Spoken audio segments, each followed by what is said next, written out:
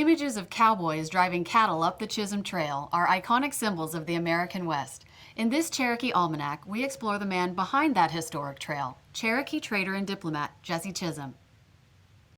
Come along, boys, listen to my tale. I'll tell you my trouble on the old Chisholm Trail. Come a ki uppy uppy yay, uppy yay. Come a ki uppy uppy yay.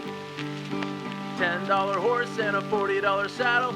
I'm gonna cut them Texas cattle. Come a ki uppy uppy yay, uppy yay. Come a ki uppy uppy yay. Prolific plainsman Jesse Chisholm was a master trader, interpreter, and peacemaker. He was instrumental in blazing a revolutionary cattle trail that ran from Texas through Indian Territory and on to the Kansas railways.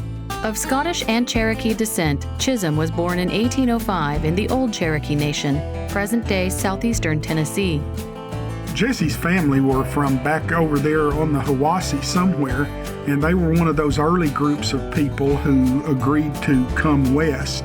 They wanted to have a more traditional Cherokee lifestyle rather than nation building like was going on within what became the Cherokee Nation in the east.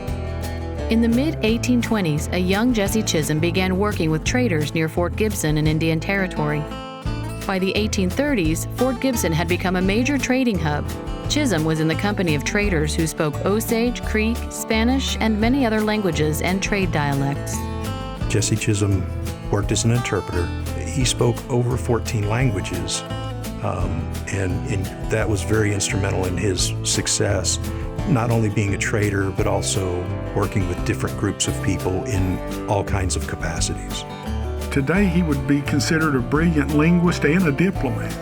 He spoke more dialects of the Plains tribes than anybody else, any white man or any other Indian on the continent, probably.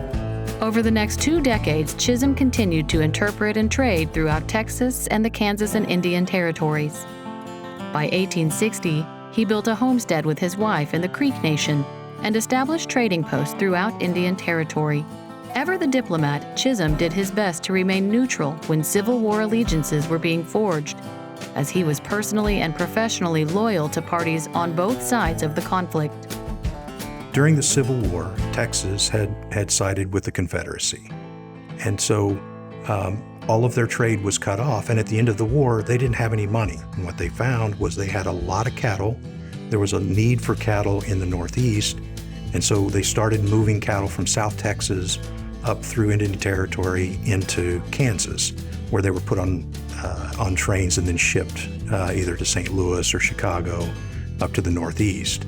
Head of cattle would go for about $4 in South Texas, and they could sell it for about $40 when they got it up to Kansas. So they found a trail that was already well established, and that was a trail that Jesse Chisholm had used an awful lot. And they named the entire trail all the way from South Texas up to Abilene, Kansas, after him. It is believed that over 3 million heads of cattle made their way to Kansas railways along the Chisholm Trail. While visiting Left Hand Spring near present-day Geary, Oklahoma, Jesse was served bear grease that had been tainted from being stored in a brass pot. The resulting food poisoning ended the Cherokee Trailblazer's life on March 4, 1868. A marker at what is presumed to be his final resting place includes the quote, "No one left his home cold or hungry." Going to town to draw my money. Going to town to see my honey. Come a ki uppy uppy yay, uppy yay. Come a ki uppy uppy yay. Knees in the saddle and a seat in the sky. I'll quit punching cows in the grapevine by. Come a ki uppy uppy yay, uppy yay. Come a ki uppy uppy yay.